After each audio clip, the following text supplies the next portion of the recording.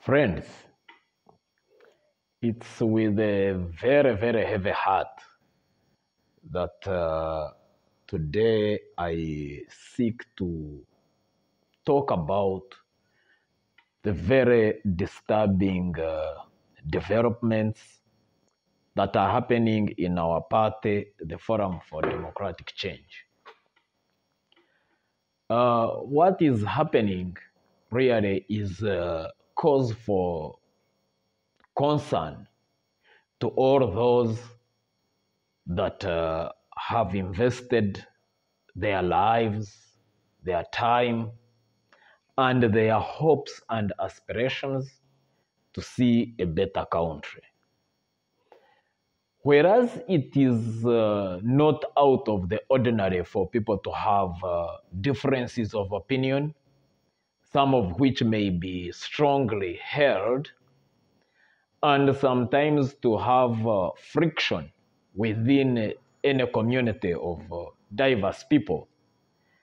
I think that where we have reached as a party sounds a death knell to the hopes that we've carried for so long.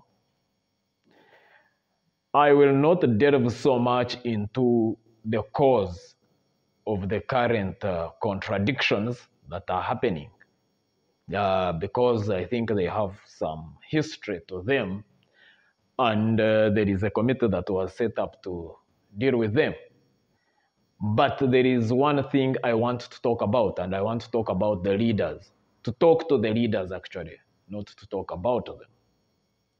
That we must remember that this party does not belong to the people that sit in Najanankumbi or hold positions, different positions. This party belongs to Ugandans who, out of their own volition, chose to belong to the party. They do party activities, they pay, they buy party cards, and support the party in different ways. Many have lost their lives in the course of the struggle that we are involved in. Others are forever condemned to wheelchairs. They have lost limbs in the cause that we all struggle for. Others are still languishing in jail. Livelihoods have been destroyed. People have lost lives, people have lost businesses, people have lost jobs, or because they placed their faith in the party. It is incumbent upon everybody to step back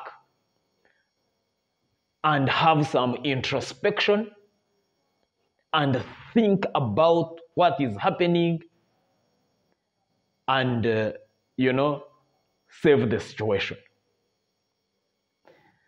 The lowest that we can get as a party, I think, has been reached today, where a whole party chairman is held hostage at his headquarters.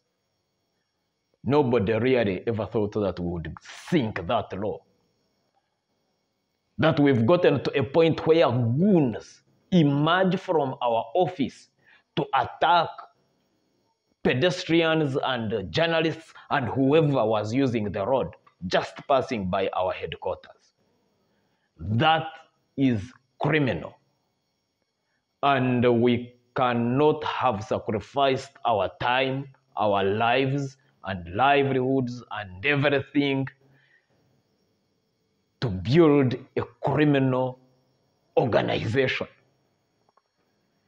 It is incumbent upon the owners of the party, we, the members, to finally draw a line in the sand and bring this whole situation to an end. The leaders who were trusted with authority owe it to the members to act with civility. They may have disagreements, questions may be raised, but they owe it to the owners of the party who just placed them there as custodians to at all times maintain and uphold the good name of the party.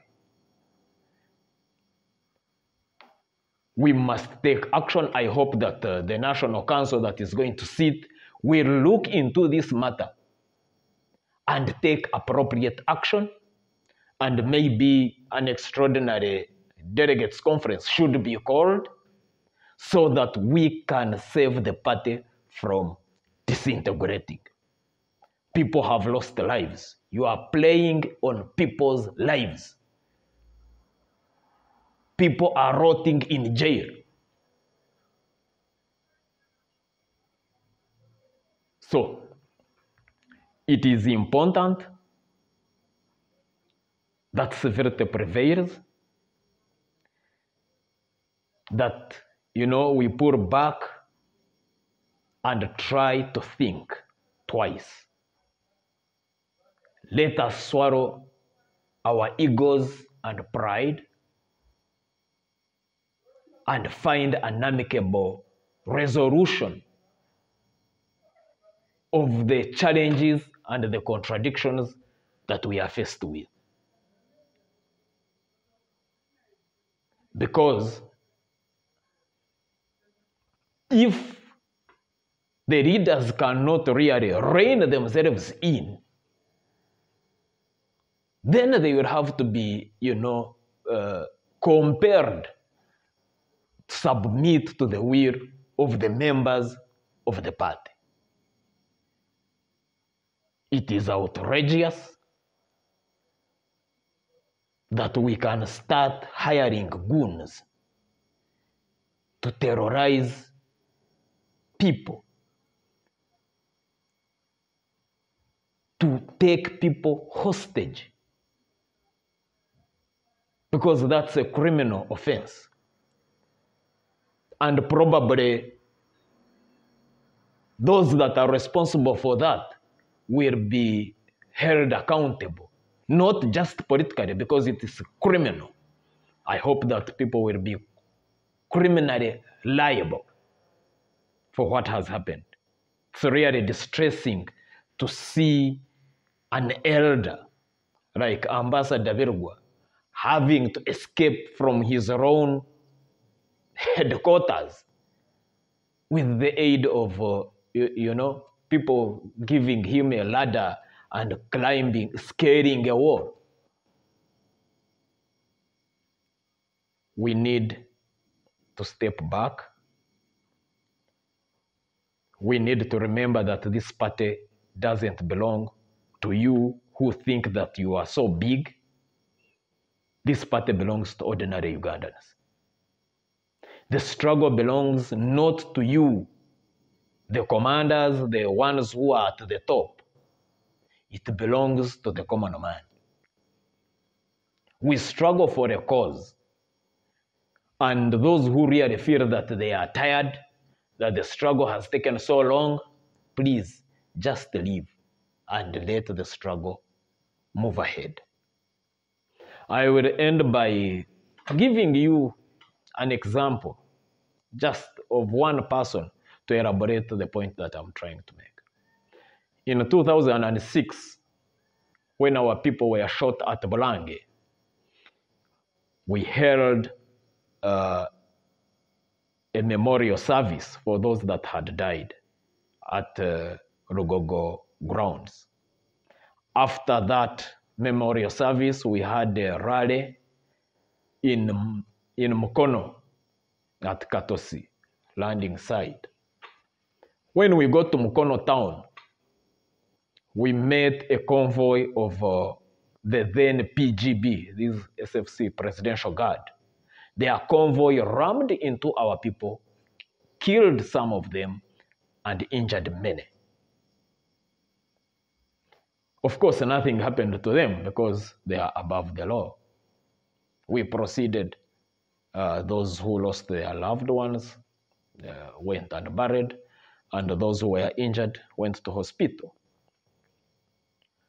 Years later, in 2012, we were in Chinawataka having an F4C meeting. There was a gentleman who narrated the events of that day.